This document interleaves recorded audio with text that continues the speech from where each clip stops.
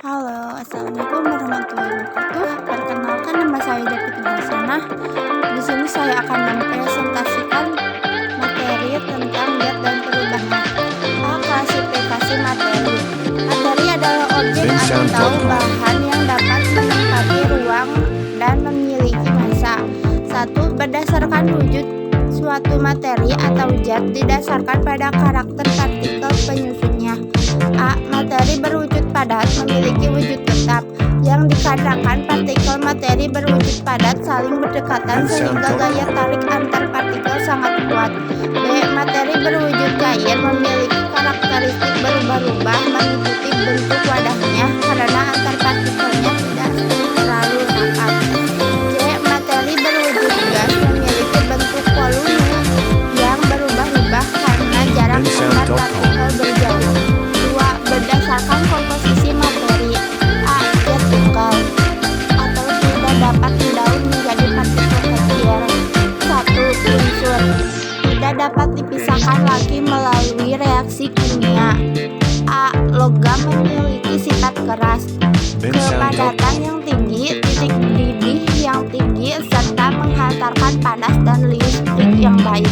B. Non-logam tidak memiliki unsur logam dan berwujud gas. Contoh: zat bersifat rapuh, tidak mengkilap. C. Semi logam mempunyai sifat peralihan antara logam dan non-logam, dimanfaatkan sebagai bahan pembuatan komponen elektronik. 2. Senyawa gabungan dari beberapa unsur dan berbeda jenis melalui reaksi. D. Campuran gabungan dua zat atau lebih yang masing-masing zat penyusunnya masih memiliki sifat aslinya. 1. Larutan komposisi zat penyusunnya sudah tidak dapat dibedakan lagi. 2. Kolodit campuran heterogen terbentuk akibat terdispersinya suatu zat dalam zat lainnya. 3. Suspensi campuran yang masih dapat diidentifikasikan antar zat penyusunnya karena tidak tercampur sempurna, sifat suspensi yang tidak stabil. 3. Pemisah campuran. A. Filtrasi proses pemisahan campuran dengan menggunakan saringan. Pemanfaatan filtrasi. 1. Pembuatan minuman teh. 2. Pemakaian masker. 3. Filter otomotif. D. Kristelisasi proses pemisahan campuran dengan cara mengidentifikasi larutan sampai berbentuk benda padat berbentuk kristal. Pemanfaatan kristalisasi. 1. Pembuatan garam. 2. Pembuatan gula. 3. Pembuatan es batu. C. Pemdekantasi pemisahan dengan cara menuangkan cairan. Manfaat dekantasi. 1. Penjernihan air. 2. Pemisahan glesito. D. Sublimasi pemisahan campuran tanpa melalui zat cair, yaitu dengan cara menguapkan zat padat sehingga kotoran akan terpisah. Pemanfaatan sublimasi. 1. Kabut dry ice. Distilasi atau penyulingan pemisahan campuran berdasarkan titik didihnya, yaitu kecepatan untuk menguap. Manfaat distilasi. 1. Proses ekstrak minyak esensial. Jenis minyak esensial diekstrak dari sari buah, bunga atau tanaman. Contoh seperti minyak zaitun atau sereh. 2. Proses pemisahan rasi minyak bumi. 3. Produk edulkorant atau air jernih. Kromatografi yaitu pemisahan campuran berdasarkan perbedaan pola penggerakan antar fase diam suatu molekul lautan. Manfaat kromatografi. 1. Menguji forensik. B. Sifat materi dan pengukurannya. Kayu memiliki dasar bermassa atau sifat fisis. Tidak mudah berkarat, mudah terbakar, sifat ringan. Dikelompokkan menjadi 2, yaitu 1. Sifat fisis, yaitu karakteristik suatu zat ditinjau dari kondisi fisik yang dapat dilihat, diamati, dan diukur dengan tanpa mengubah kondisi fisik zat tersebut. A. Berdasarkan pokok. Besaran satuannya diidentifikasikan dan diseparakuasikan lebih dahulu. B. Besaran turunan. 1. Luas adalah hasil perkalian panjang dan lebar dengan satuan meter persegi. Luas merupakan besaran satuan dari besaran pokok panjang. 2. Kecepatan adalah jarak yang ditempuh dalam satuan waktu tertentu dengan satuan kecepatan dan waktu. 2. Sifat kimia, yaitu sisa zat yang berkaitan erat dengan reaksi dan perubahan, juga bertemu dengan zat lain dan menghasilkan zat baru yang berbeda dengan sifat aslinya. 3. Pengukuran, yaitu suatu kegiatan membandingkan besaran yang diukur dengan besaran sejenis yang digunakan sesuai dengan satuan. C. Perubahan matik. 1. Perubahan fisika, yaitu perubahan zat tanpa mengubah sifat asli zat tersebut. Perubahan fisika tidak menghasilkan zat baru dan dapat dikembalikan ke wujud semula tanpa melalui reaksi kimia. A. Perubahan wujud, karena pengaruh suhu dapat berwujud padat, cair, atau gas melalui proses pemanasan atau pendinginan, proses mencair atau melting, menguap, atau evaporation. B. Perubahan bentuk dan ukuran. Contoh: 1. Kemualan zat karena pengaruh suhu. 2. Penggilingan beras menjadi tepung. 3. Pembuatan mebel dan potongan-potongan kayu. C. Pelarutan, proses pencampuran zat terlalu atau solute dan zat pelarut atau solvent hingga menghasilkan larutan yang tercampur rata. Larutan dibedakan menjadi 3. 1. Larutan encer. 2. Larutan pekat. 3. Larutan jenuh. D.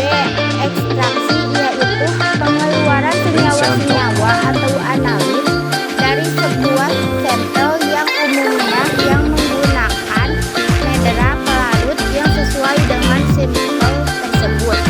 2.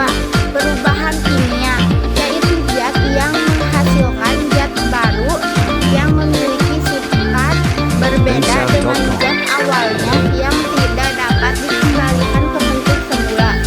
Contoh: A. Pembakaran, suatu reaksi kimia yang mudah terbakar dengan suatu oksigen dan menghasilkan panas. B. Perkaratan atau korosi.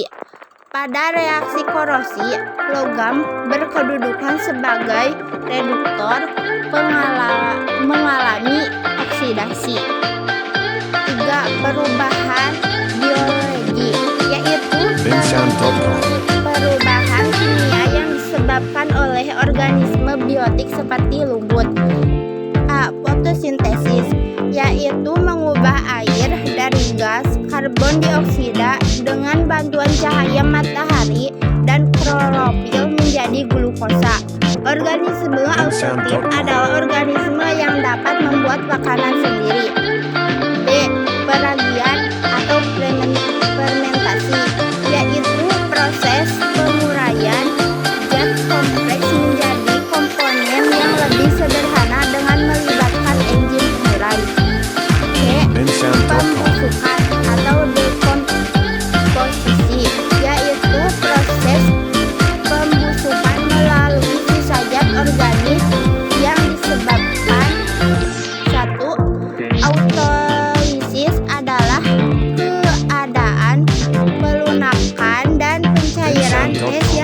disebabkan oleh enzim antiaseluler yang dilepaskan oleh sel yang sudah mati.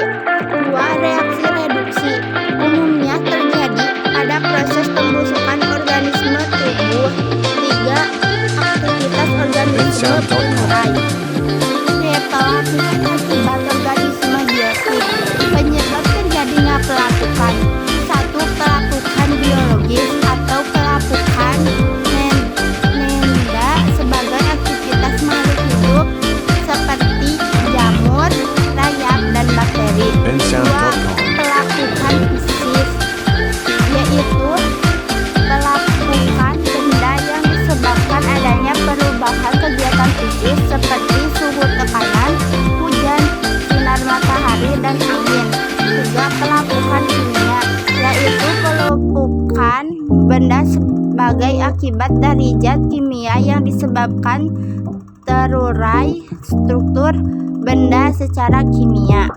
D. Bahan berbahaya dan beracun. Menurut Undang-Undang Nomor 23 Tahun 2009 Perlindungan dan Pengelolaan Lingkungan Hidup, bahan berbahaya dan beracun atau B3 adalah zat, energi, dan komponen yang lain karena sifat, konsentrasi, dan jumlahnya banyak secara langsung dapat mencemarkan dan merusak lingkungan hidup. 1. Klasifikasi B3. A. Menurut Peraturan Pemerintah Republik Indonesia, menurut PP Nomor 74 Tahun 2001, pengelolaan B3 dibedakan menjadi 3. 1. B3 yang dapat digunakan terdapat 209 bahan yang boleh digunakan, diantaranya bahan bakar dan pembersih. 2. B3 yang dilarang digunakan terdapat 10 jenis bahan yang dilarang untuk digunakan, diantaranya klardan, alkohol atau DDT, dan aldehyde. 3. B3 yang dibatasi digunakannya terdapat 45 jenis bahan yang dibatasi penggunaannya seperti klotobenzilat dan bahan merkuri. B. Menurut National Free Projection Agency atau NFPA mengklasifikasikan bahan berbahaya berdasarkan pada potensi bahaya bahan yang kemungkinan yang ditimbulkan oleh materi dalam keadaan darurat akibat proses seketika dalam waktu singkat. 2. Pengelolaan B3. A. Prosedur penyimpanan B3. Penyimpanan penataan B3 harus dikelompokkan berdasarkan tingkat berbahayanya. B. Penyebab B3. B. Pelabelan B3. Salah satu upaya meminimalkan kecelakaan kerja dengan mengenali bahan yang terdapat pada bengkel atau tempat kerja. C. Pengolahan limbah B3. Limbah B3 atau LB3 adalah sisa suatu usaha atau suatu kegiatan yang mengandung B3. Oleh karena itu, limbah B3 harus ditangani dengan bijak karena jika limbah B3 dibuang langsung ke lingkungan dapat menimbulkan dampak berantai. Menurut Permen LHK nomor P12 MENITH atau CETJEN PL 315/2020 menghasilkan pengumpulan, pengelolaan, dan tempat penyimpan limbah dengan syarat: 1. Lokasi penyimpanan harus bebas banjir dan bukan daerah yang rawan bencana alam. 2. Fasilitas penyimpanan: A. Bagi limbah menjadi beberapa tumpukan, tanah landasan harus memenuhi